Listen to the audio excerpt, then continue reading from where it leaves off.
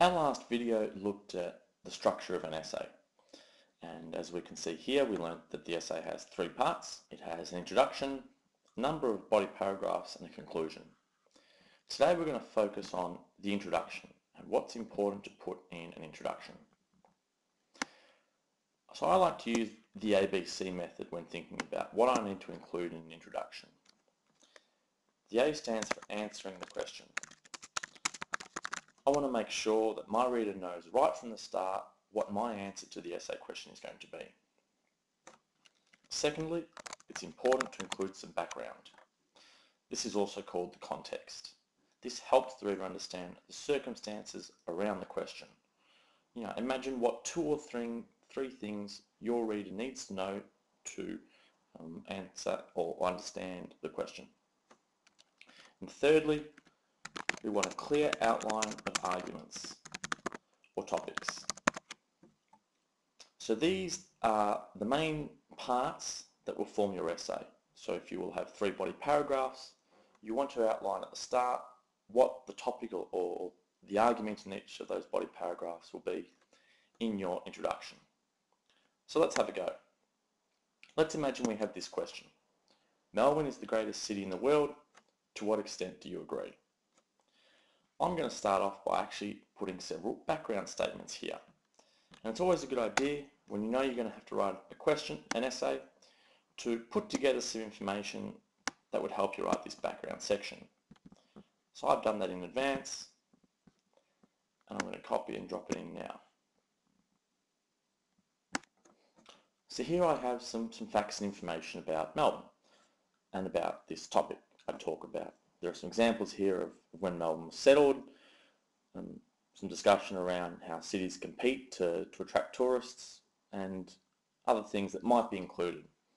And I can't squeeze all of this into my background section, so I've chosen just a couple, and they're going to be put together to look like this.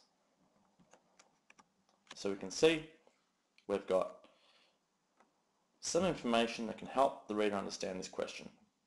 So debate over the greatest cities in the world has raged for centuries. However, only recently have historians developed a criteria by which to judge this award.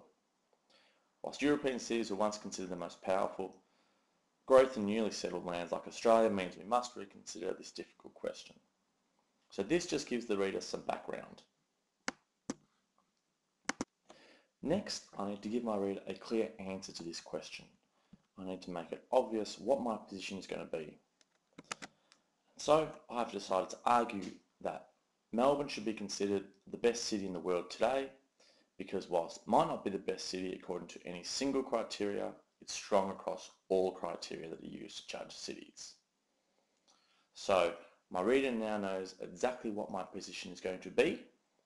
They're now waiting to hear what my main arguments or topics are going to be. So my essay is going to have three body paragraphs, and I'm going to focus on the idea that the entertainment industry, sporting venues, and public transport are all features of Melbourne that make it the best city. But of course I need to put all of these together into one sentence for my introduction. So I've written a sentence that looks like this. The three areas in which Melbourne excels are its entertainment industry, its sporting venues, and its great public transport network.